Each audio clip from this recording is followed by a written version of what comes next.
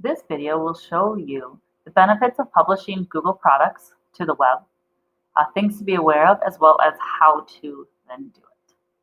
There are a lot of times that you share documents, Google Slides or Google Sheets, so that others can see it, but you may want it to have a cleaner look. It will allow you to share the document with a large group of people, and it's going to limit the loading time, especially if you have a lot of other items linked within a Google slideshow or other links within your Google Docs or Sheets. This will limit that loading time. Items can be updated without you having to reshare it.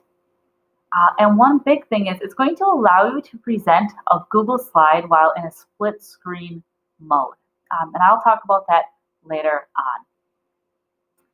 on. Some things to be aware of is that it is published on the web, so that when you do go to publish it, you will want to make sure that it is limited to just the Green Bay domain. And then I'm going to go through and show different things for Google Slides, Docs, and Sheets. So how do you publish to the web? Well, to begin with, it's going to be the same for all three: Docs, Sheets, and Slides. You're going to come up to File. You may have to scroll down a little bit and you'll find the one that says Publish to the Web. When you do that, this box will open. Now, it just has the option for a Word doc for it to just publish. But down below here, there is this little caret. And if you click that, then you get two more options. So for a Google Doc, it automatically checks this box to automatically republish when changes are made. You can check that. If you uncheck that, you will then have to tell it to republish. The link will remain the same, but you do need to then go in each time and tell it to update.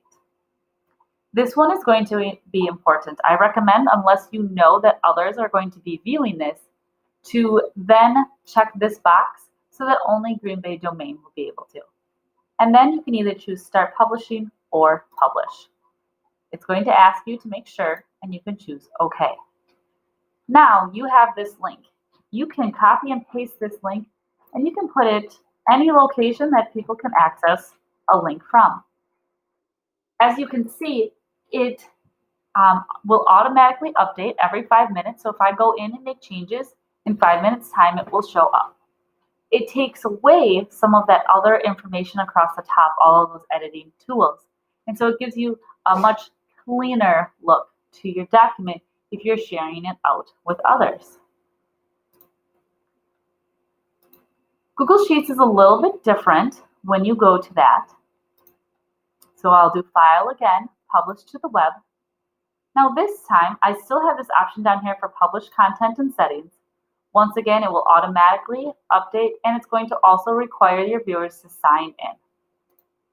The big thing with a Google Sheet is you have the choice for either the entire document, or you can choose the different tabs across the bottom. So I have multiple sheets within the sheet.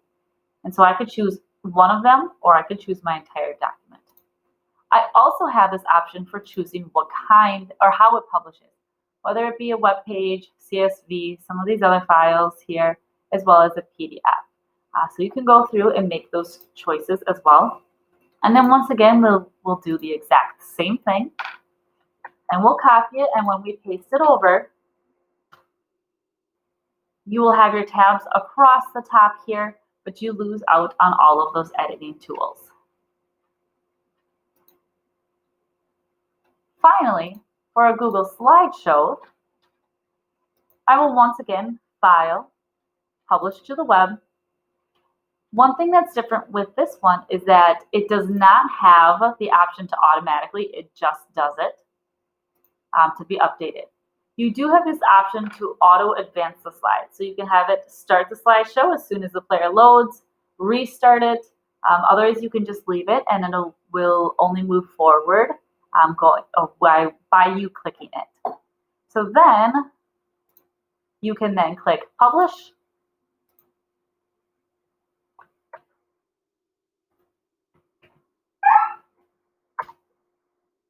And this time, your slideshow will show up in a present mode.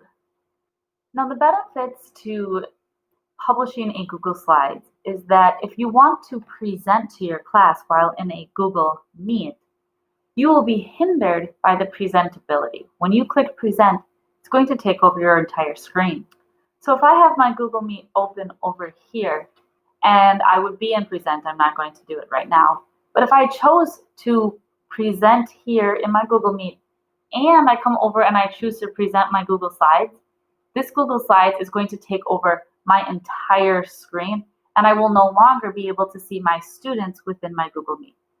So this is a great workaround if you're choosing to present Google Slides, because now I can pull up this and I can present to them, still have up my Google Slides on my one screen, be split screen, and I can be seeing what I'm presenting, showing my students what I'm presenting, as well as still being able to see them within this slide or within the Google Meets over here. Now, at the end of the day, you may also want to completely stop publishing. Maybe it's a sensitive information that you only want to publish for a short amount of time, or maybe no longer it's relevant. You do also have the option to come down to File, back again to that Publish to the Web, and now, if my screen was a little bit bigger, you would be able to see down here this option to stop publishing. So when I choose to stop publishing, when I come back to the screen, because I have it open, it's still here.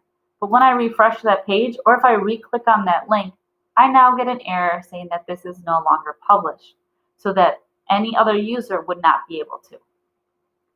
This is also a benefit if you are presenting to large audiences and you want to make sure that others can view it and you don't have to worry about sharing it in a way that they then would have access to all of the tools in being able to make changes to whether your document, your spreadsheet, or a Google slide.